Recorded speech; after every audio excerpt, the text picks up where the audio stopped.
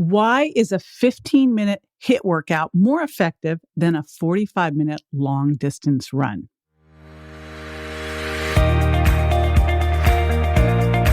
This is JJ Virgin, 4-time New York Times bestselling author, celebrity nutrition expert, and fitness Hall of Famer. I've been on a lifelong quest for answers to the toughest health questions. And now I'm sharing what I found with you. Welcome to Ask the Health Expert. Bonnie from Instagram asks, why is a 15-minute HIIT workout more effective than a 45-minute long-distance run? All right, well, first, what the heck's a HIIT workout? It stands for high-intensity interval training. And I will be right back to show you how you can save time and get an even better workout. Stay with me.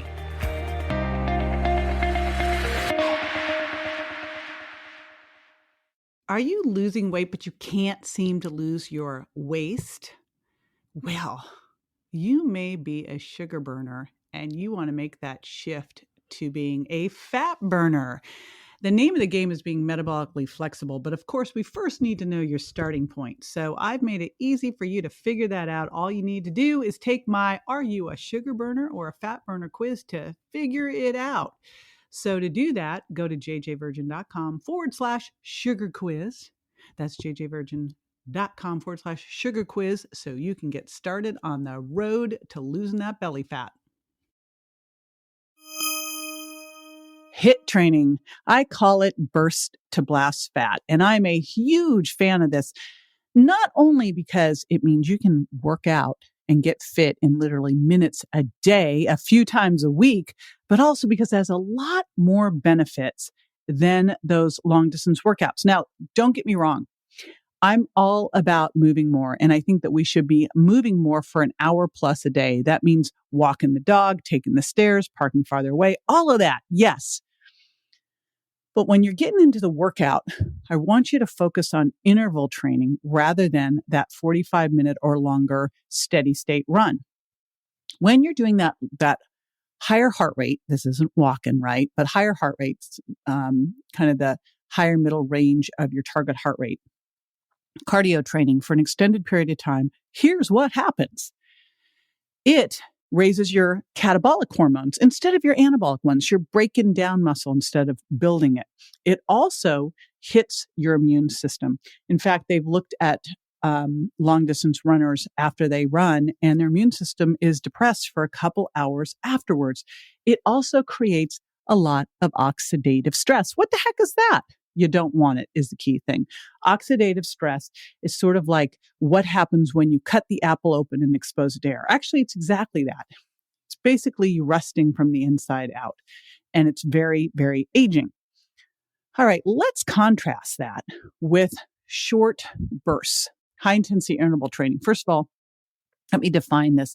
This can be something that you do all out. And this means that in 10 to 60 seconds, and by the way, the shorter you do this, the better. So don't save up for 60 seconds. Go all out and fatigue yourself with full body movements in somewhere in the 10 to 60 second range. But this research is now coming out that the shorter ones, 10 to 20 seconds, are probably better because you're going even harder. And this is where you go all out. You run up the stairs, you sprint, you do Turkish get-ups, you do burpees, some of that really, really hard stuff that gets your thighs burning and your lungs crying. That.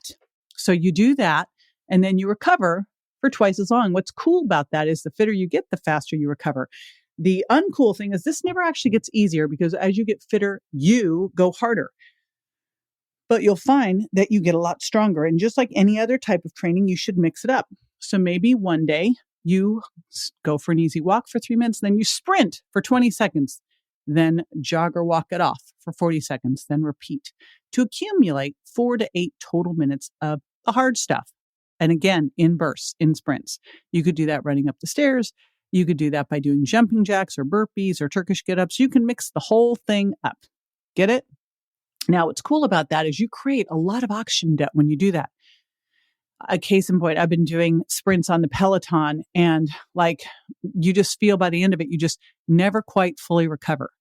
And so I create a lot of oxygen debt, which now for the next hour or so, my body has to recover from that. What does that mean? That means my metabolism is working harder. I have got it kicking.